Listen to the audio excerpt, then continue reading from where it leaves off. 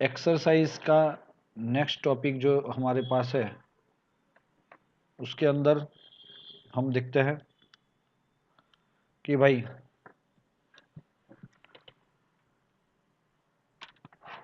Yes example number कौन सा आए थे हम, किसी को याद है?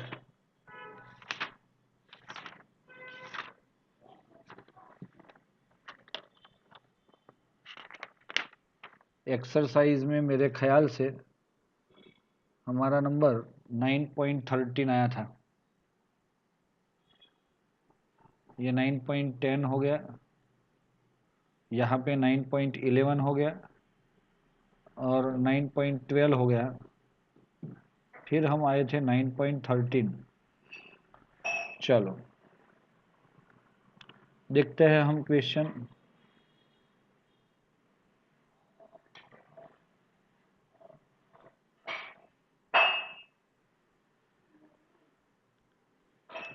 तो 9.13 aqueous copper sulfate solution blue in a color gives 1 green precipitate with aqueous potassium chloride and bright green precipitate, bright green solution with aqueous potassium chloride. Explain this experimental result. दोस्तों कॉपर सल्फेट जो है, yes हम उसका reaction देख के ही explain अच्छे से कर सकते हैं। Copper sulphate react with what? Yes aqueous potassium fluoride. Potassium fluoride में क्या होता है? F माइनस, है ना, और कैल्शियम सल्फेट ये भी एक्वायस है, और calcium copper sulphate react with aqueous potassium chloride Cl minus. So दोस्तों ये अगर रिएक्शन होता है तो आपको शायद पता होगा कि कॉपर जो है वो फ्लोरीन के साथ कॉम्प्लेक्स बना के -2 बनाएगा और कॉपर क्लोरीन के साथ कॉम्प्लेक्स बना के -2 बनाएगा। ये जो बने वो ग्रीन प्रेसिपिटेट देता है और ये जो बना वो ब्राइट ग्रीन सॉल्यूशन देता है। तो bright green solution is occurs due to CuCl4 -2 complex and green precipitate is occur due to CuF4 -4। तो बस इतना रीजन आपको देना है इसमें। उसके बाद क्वेश्चन नंबर 14। चलो, what is the coordination entity form when excess of aqueous KCN is added to the an aqueous solution of copper sulfate? भाई कॉपर सल्फेट के एक्वायस सॉल्यूशन में हमको क्या करना है? CuSO4 प्लस KCN एक्सेस लेना है, excess, okay. And why is it that no precipitate of copper sulphate is obtained when H2S is passed through this solution? हाँ, क्योंकि भाई वापस हमें Cu+2 इसमें से क्यों नहीं मिल रहा है? तो सिंपल है, उसका रीज़न मैं बता देता हूँ इधर। 9.14 में अगर हम कॉपर सल्फेट के सॉल्यूशन के साथ KCN एक्सेस ले लेंगे तो इसके 4 मोल यूज हो सकते हैं और K2 CuCN6 प्लस K2SO4 बन जाएगा।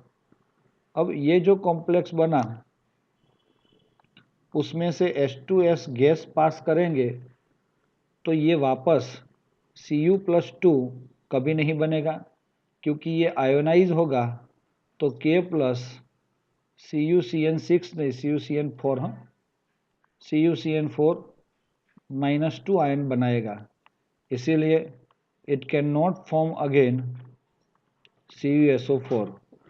तो समझ में आ गया होगा, क्योंकि पूरा कॉम्प्लेक्स जब होता है तो ये वापस CuSO4 नहीं बनता।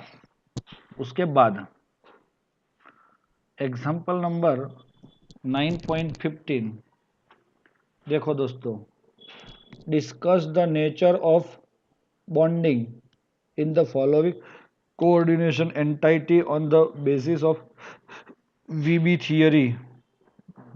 दोस्तों ये कौन सा बॉन्डिंग है ये आपको बताना है। ये मेरे ख्याल से आपको समझ में आ जाएगा या तो आ गया होगा, मैं सिर्फ एक ही दिखाता हूँ, बाकी आपको वीबी थियरी के अकॉर्डिंग सारे मॉलिक्यूल का पता है। FeCN6-4 के लिए हम देखते हैं।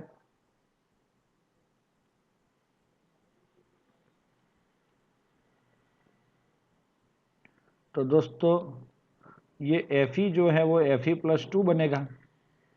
क्या बनेगा? Fe+2 बनेगा। और वही Fe+2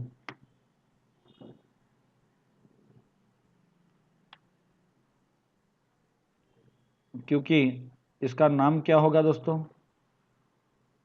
hexa साइनाइडो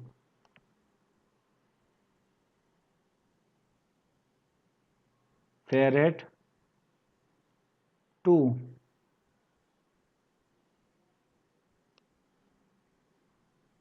ion, ferrate 2 ion hexacyano. तो भाई Fe का तो +2 बना। अब Fe की इलेक्ट्रॉनिक कन्फिगरेशन यहाँ पे ड्रॉ करेंगे तो आर्गॉन 3d 4s मिलेगा।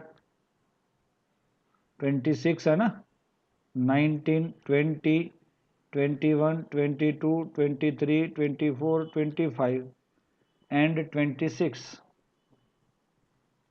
अब दोस्तों Fe+2 बनेगा तो क्या होगा? 2 electrons are left from 4s first.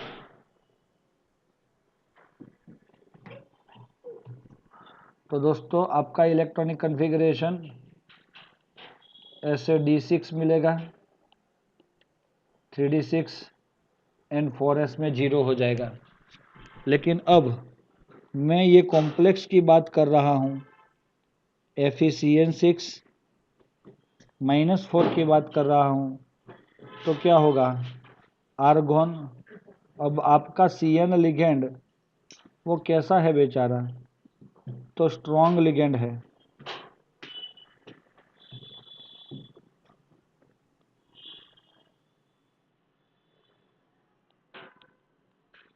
तो अगर वो स्ट्रॉन्ग लिगेंड है तो हम बोल सकते हैं कि ये जो इलेक्ट्रॉन है डी के वो पेयर बनेंगे, 1 2 3 4 5 6 ऐसे आ जाएंगे। तो ये डी है 3d। अब यहाँ पे 4s आई।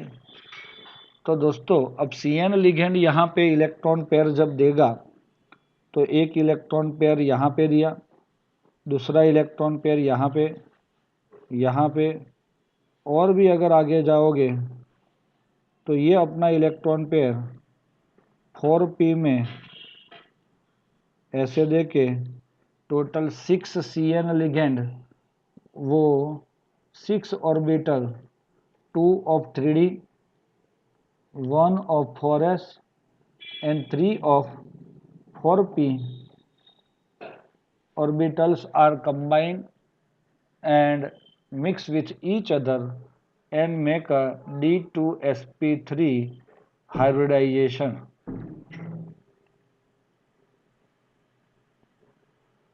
ओके, तो ये हाइब्रिडाइजेशन अगर देखोगे आप तो इतना मिलेगा आपको। समझ में आ रहा है? अगर ये हाइब्रिडाइजेशन मिला है तो दूसरा इसका नाम है ऑक्टाहेड्रल शेप होगा।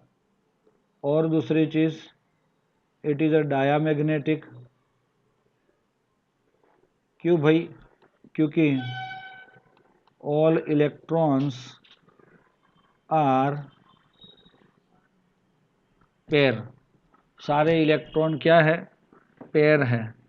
तो ये वीबी थियरी के अकॉर्डिंग हम ऐसा समझ सकते हैं दोस्तों, Fe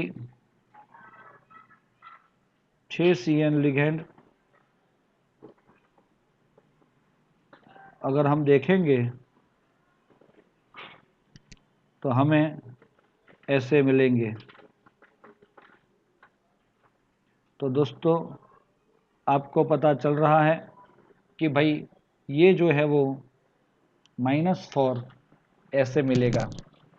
तो क्लियर है दोस्तों, ऐसे ही सारे मॉलिक्यूल को आप बना सकते हो वीबी थियरी के अकॉर्डिंग।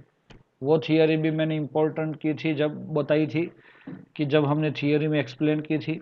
आज भी बोल रहा हूँ कि ऐसी थियरी इम्पोर्टेंट रहेगी। ओके, नेक्स्ट 9.16, ये सिर्फ हमने अंडरस्टैंड करने के लिए डी जो है उसका फिगर हमने स्प्लिटिंग दिखाया था ऑक्टाहेड्रल में, ये थियरी में नहीं आएगा। फिर भी अगर आपको सिर्फ समझना है फास्ट तो हम समझ सकते हैं, ये आपकी उसमें नहीं आएगा। 9.16, तो जब आपने लिया है डी, तो ऑक्टाहेड्रल जब स्प्लिटिंग होता है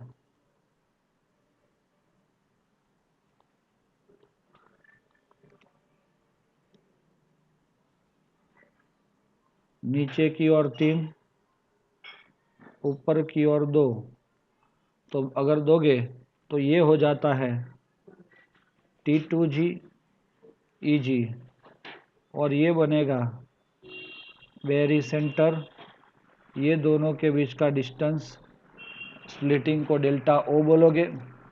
ये नीचे की ओर जो है वो 2/5 डेल्टा O, जितना डिक्रीज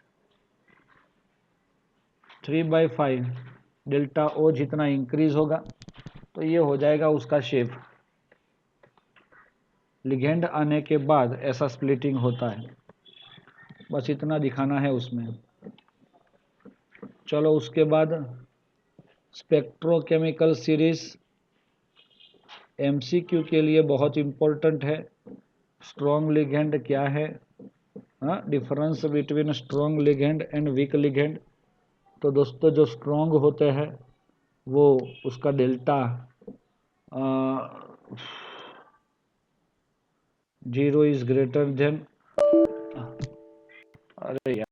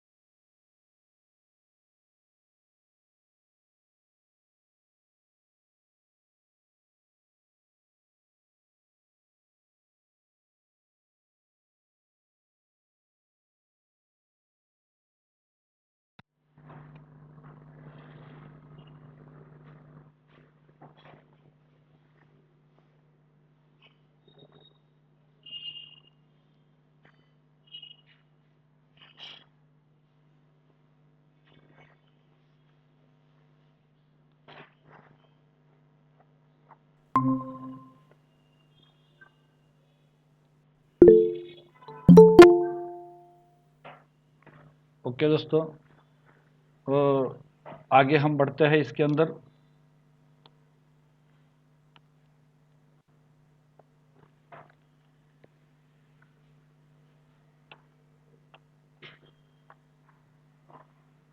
चलो, हम देख रहे थे कि भाई ये जो है आपका स्पेक्ट्रोस्केमिकल सीरीज, तो ये स्ट्रॉन्ग लिगेंड है तो ये मिलेगा, वीक लिगेंड है तो ये मिलेगा। ओके, चलो आगे जा रहे हैं, एक सिर्फ अंडरस्टैंड करना है, इसमें से कुछ नहीं आने वाला।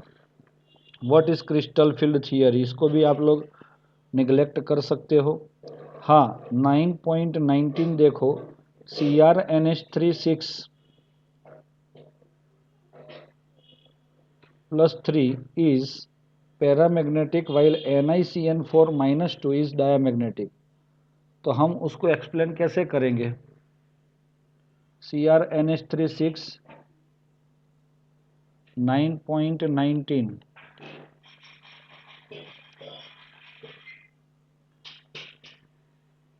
CrNH36 प्लस 3 और दूसरा कौन है?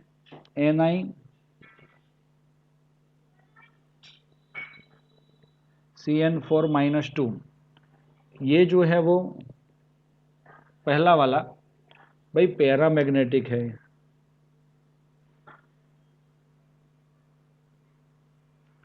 और ये डायामैग्नेटिक है। तो ये PM है और ये DM है। कैसे पता चलेगा? Cr की बात है, क्रोमियम की इलेक्ट्रॉनिक कन्फिगरेशन में ड्रॉ करता हूं तो मुझे मिल रहा है 3D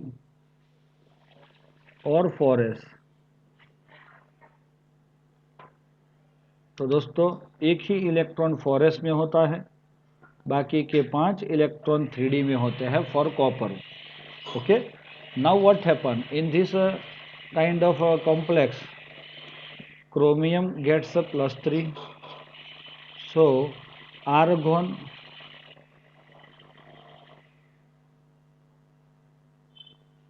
yes, आर्गोन के साथ यहाँ पे आपको क्या मिलेगा दोस्तों कि भाई +3 होने की वजह से आपका एक इलेक्ट्रॉन ये चला जाएगा, 2 3 चले जाएंगे, तो D में 3 बचेंगे और एक इलेक्ट्रॉन D5 खाली बचेगा ऐसे।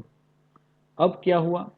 अब जब आप ऐसा कर रहे हो CrNH36 प्लस 3, तो क्या होगा दोस्तों?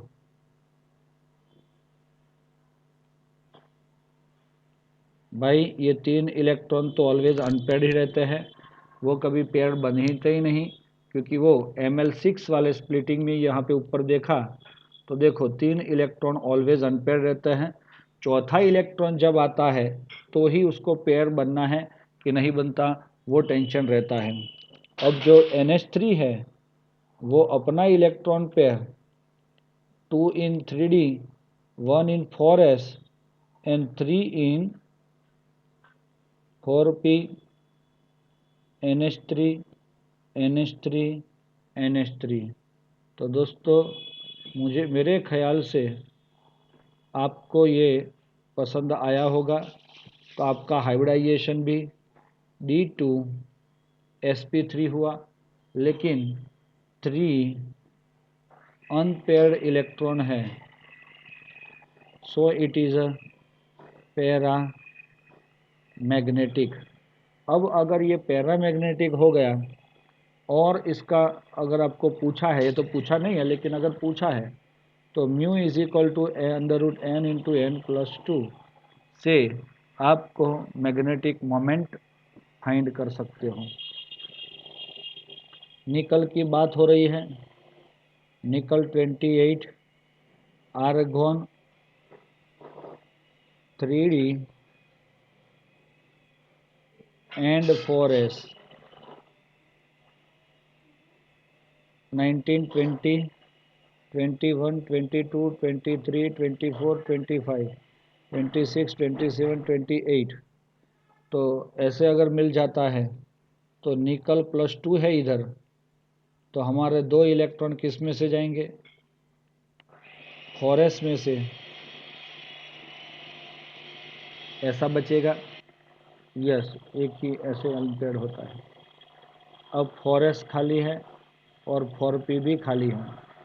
लेकिन दोस्तों अगर निकल के साथ साइनाइड के 4 लिगेंड जुड़े हैं तो आप लोग मुझे बताओ साइनाइड कैसा लिगेंड है। तो it is a strong ligand. तो ये जो कितने इलेक्ट्रॉन हैं, 8 इलेक्ट्रॉन है इसमें डी में, वो सब पेयर बन जाएंगे। बाकी 3d की एक ऑर्बिटल खाली बची, 4s बचा और 4p बचा। तो दोस्तों यहाँ पे साइनाइड अपना एक इलेक्ट्रॉन पेयर 3d में देगा, दूसरा इलेक्ट्रॉन पेयर दूसरा साइनाइड 4s में देगा, तीसरा साइनाइड 4p के 1 में और चौथा 4p के 2 में। dsp2 हाइब्रिडाइजेशन अगर होता है, स्क्वायर प्लेनर शेप बनेगा और all electrons are paired, so it is a diamagnetic.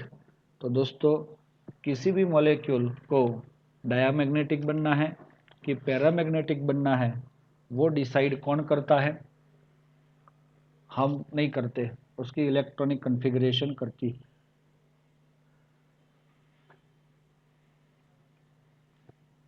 9.20 देखो दोस्तों, a solution of NiH2O6+2 is green but a solution of NiCN4-2 is colorless. For color,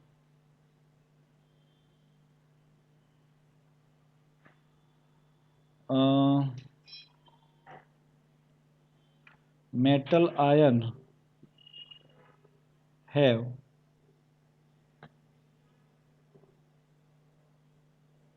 must have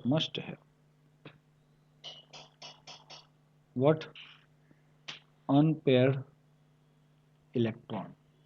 अब ये NiCN4-2 negative बोला है, उसका मतलब ये हुआ कि इसमें अनपेयर्ड इलेक्ट्रॉन है ही नहीं। तो वो तो दिख रहा है ना हमें कि इसमें अनपेयर्ड इलेक्ट्रॉन है ही नहीं, तो ये कैसा होगा, यस ये कलरलेस होगा।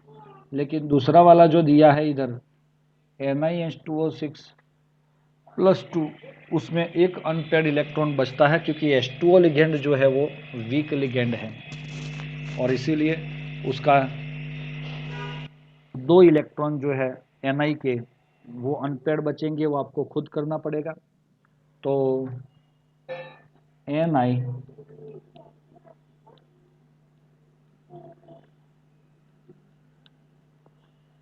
2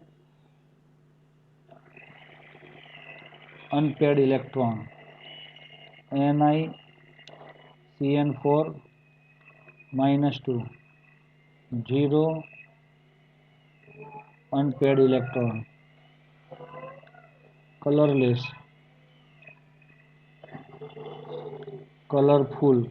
ये कलरफुल है, हमें तो इतना पता चलता है, लेकिन ग्रीन कलर है ये टेंशन आपको नहीं लेना है।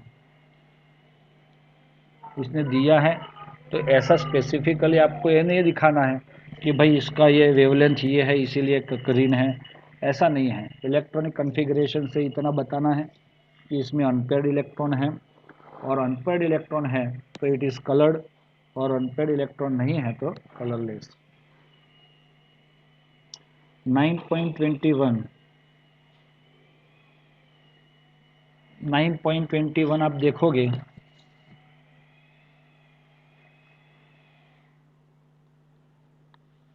वो भी आपको ही खुद करना है दोस्तों। FeCN6-4 सॉरी, चलो, और यहाँ पे Fe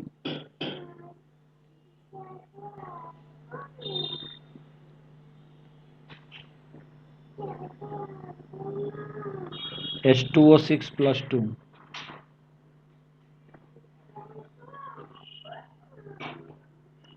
चलो, तो हमें क्या मिलेगा इधर?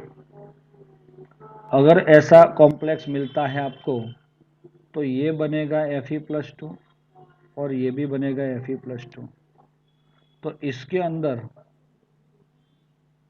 अनपेड इलेक्ट्रॉन कितने बचते हैं?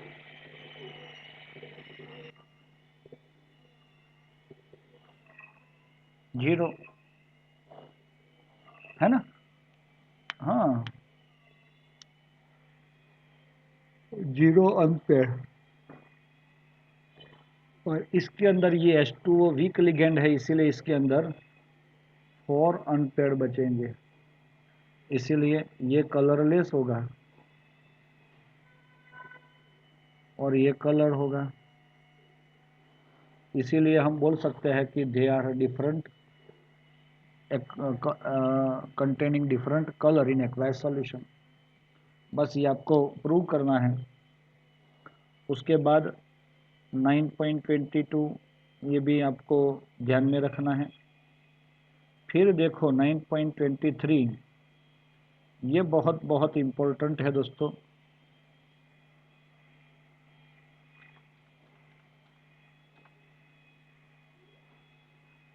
ये गिव द ऑक्सीडेशन स्टेट्स। भाई ये कॉम्प्लेक्स है। सपोज K3 यहाँ पे मैं दे रहा हूँ 9.23,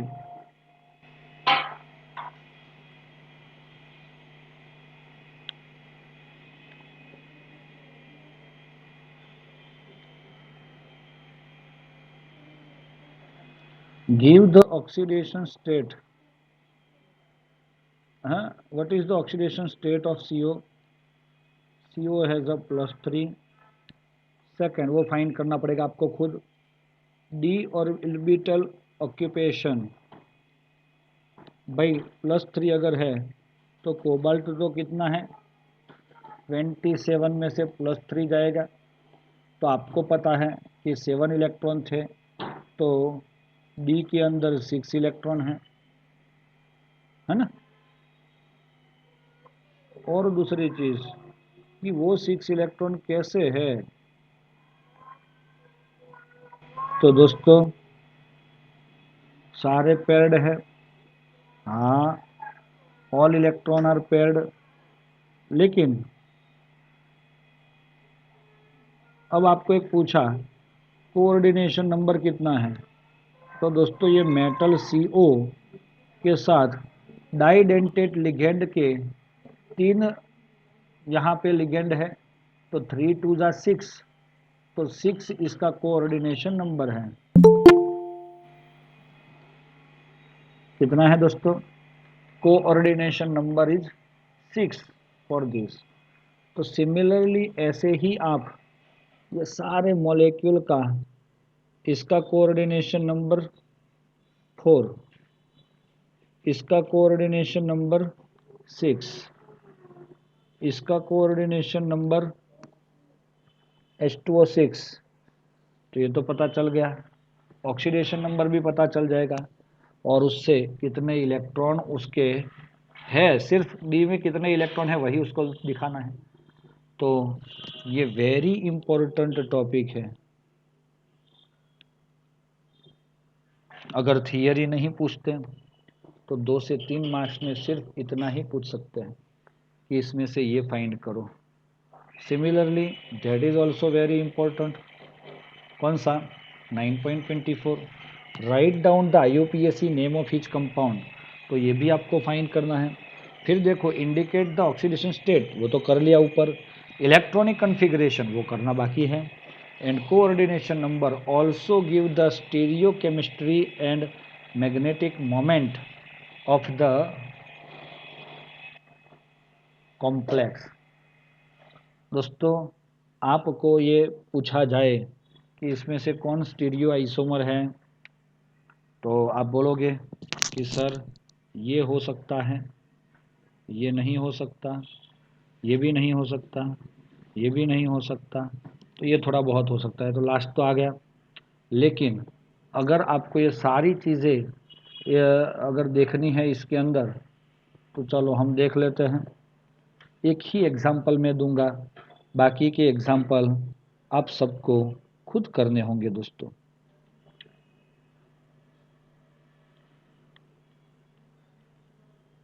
नाइन 9.23 के अंदर अगर कोई पूछेगा आपको तो आप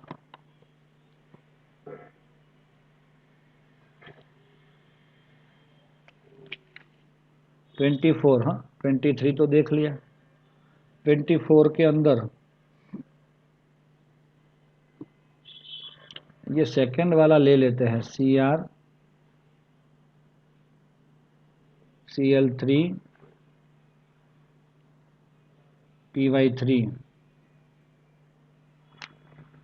चलो अब इसके अंदर अगर आपको हम पूछ रहे हैं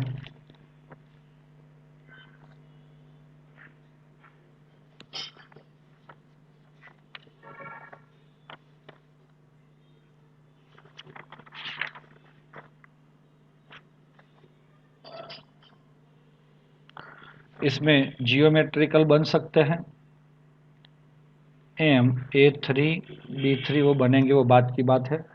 चलो हम देखते हैं। सबसे पहले ये जो कॉम्प्लेक्स है उसका ऑक्सीडेशन स्टेट मुझे फाइंड करना है। फर्स्ट ऑक्सीडेशन स्टेट अगर मुझे देखना है तो Cr+3 है और एक क्लोरीन का माइनस, कैसे फाइंड किया जाता है? 3 × -1, 3 × 0 = 0।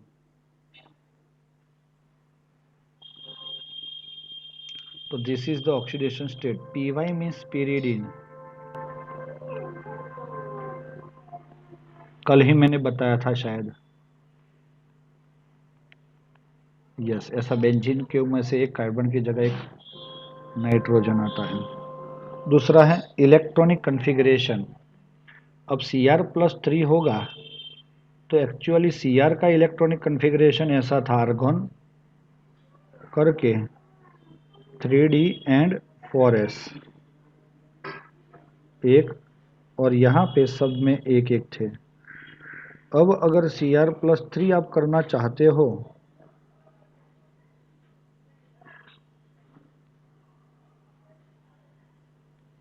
तो ये 1 2 3 चले जाएंगे, तो ये 3 3D के अंदर अनपेयर बचेंगे।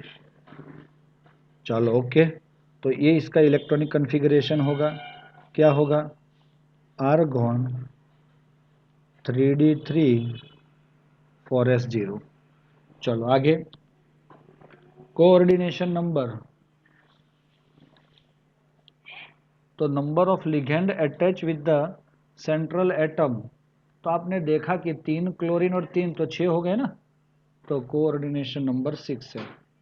Also stereochemistry and magnetic moment. तो for magnetic moment mu = n × n+2। चलो वैल्यू ऑफ n = 3 × 3+2, 3 × 5 √15। चलो √15 कितने हो जाएंगे? I think it is 3.80 around होगा। बोर मैग्नेट्रॉन जो आएगा वो आंसर लिखना है आपको। और लास्ट स्टीरियो केमिस्ट्री।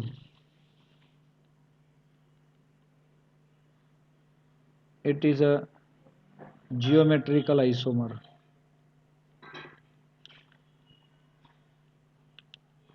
तो दोस्तों ये कैसे बनेगा? Py Py Py और Cl Cl Cl एक ही फेस में है, सो it is called a facial. और अगर यही पोजीशन में, सिर्फ इतना ध्यान में रखो, जो मैं 2 सर्कल दे रहा हूँ उसी की पोजीशन को आप लोग एक्सचेंज करो, तो इसको बोलते हैं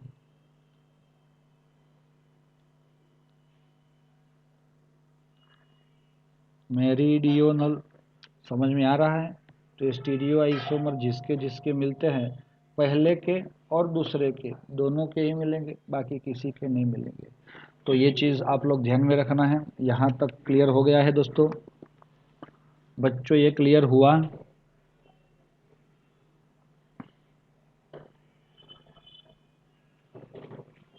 चलो फिर आ रहा है 25। Explain the violet colour of the complex T I. हाँ, ये भी एक बार पूछा था दोस्तों, तो कुछ नहीं है। अगर टी आई H2O 6 +3 बनाओगे तो टी आई +3 बनेगा, और डी के अंदर एक ही इलेक्ट्रॉन बचेगा। और वो एक इलेक्ट्रॉन, आपने वो थियरी तो देखा ना, बहुत इम्पोर्टेंट है ये, एक बार पूछा है, इसीलिए हम इसको निगलेक्ट नहीं कर सकते। मैं बता देता हूँ आपको।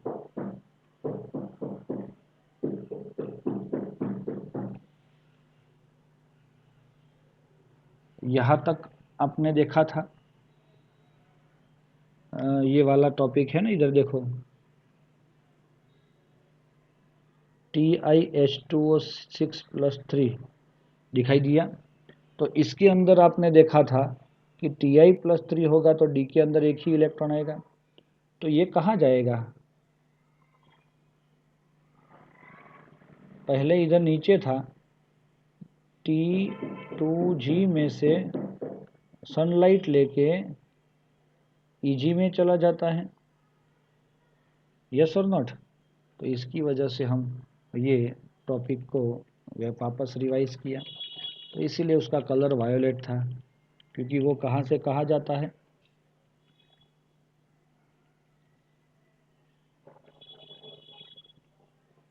चलो ओके दोस्तों, समझ में आ गया कि भाई T2G में से एक इलेक्ट्रॉन Eg में जाता है सनलाइट की वजह से, और इसीलिए वो अपनी जो एब्जॉर्ब की हुई है वेवलेंथ है उसके अकॉर्डिंग एमिट कुछ कर रहा है वेवलेंथ से, वो वायोलेट कलर की रेंज में मिलती है। Why meant chelate effect, what mean chelating effect? तो ये जो हमने बोला था ना, कुछ मेटल अगर बॉडी के अंदर चले जाते हैं तो वो मेटल को निकालने के लिए कुछ ऐसे लिगेंड्स डाले जाते हैं जो उसके साथ कॉम्प्लेक्स बना के निकल जाते हैं। ये थियरी में नहीं आएगा, एमसीक्यू में आ सकता है। Discuss briefly given example of each coordination compound. भाई बायोलॉजिकल सिस्टम के अंदर अगर आप देखोगे तो बॉडी के अंदर क्या है, तो आपने देखा हीमोग्लोबिन के अंदर हीमो एफी का कॉम्प्लेक्स है। एनालिटिकल केमिस्ट्री के अंदर भी आपने देखा है ना, वो लास्ट वाला जो टॉपिक है, ऐसा एमसीक्यू पूछ सकते हैं ये लोग कि एनालिसिस के अंदर अगर आप देखोगे तो आपको ईडीटीए और डीएमजी ऐसे कुछ एग्जांपल हमने दिए थे उस टाइम। चलो मेडिसिनल केमिस्ट्री के अंदर भी अगर देखोगे तो आपको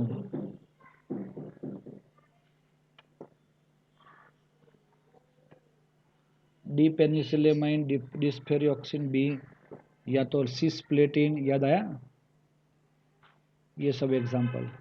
एक्सट्रैक्शन और मेटलर्जी ऑफ मेटल्स, तो इसके अंदर तो आपके वो था ना AuCN2-, ये कॉम्प्लेक्स यूज होता था साइनाइड वाला।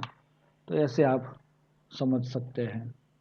मेरे ख्याल से आपको ये क्लियरेंस हो गया होगा। अब हम जा रहे हैं 28 नंबर के क्वेश्चन पे। How many ions are produced from the complex this? ये कॉम्प्लेक्स में ये गलती से ये ब्रैकेट करना ये लोग भूल गए हैं।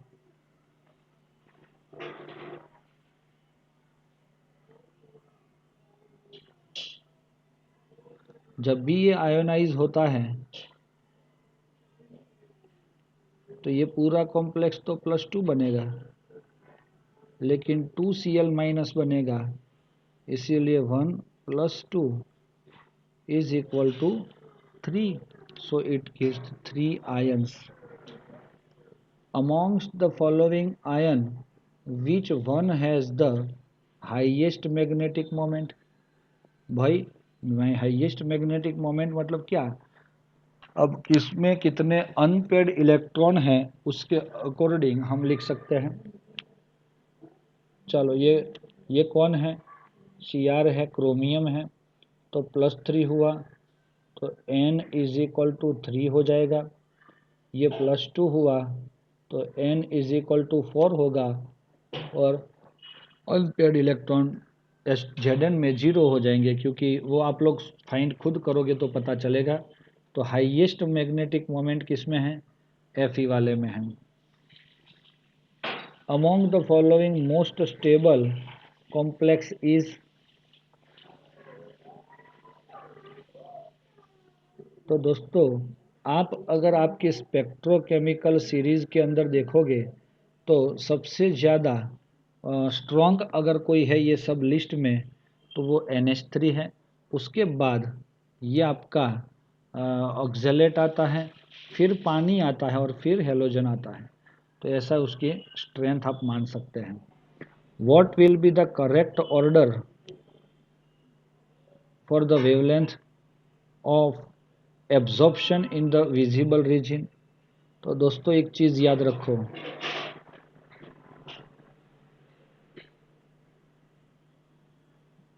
Strongness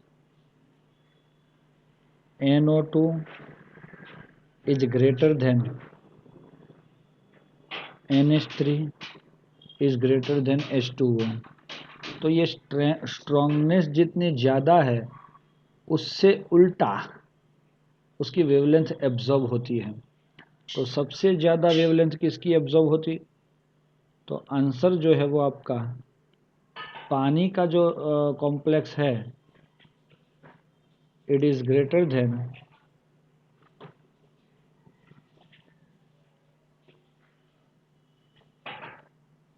and it is NiNO2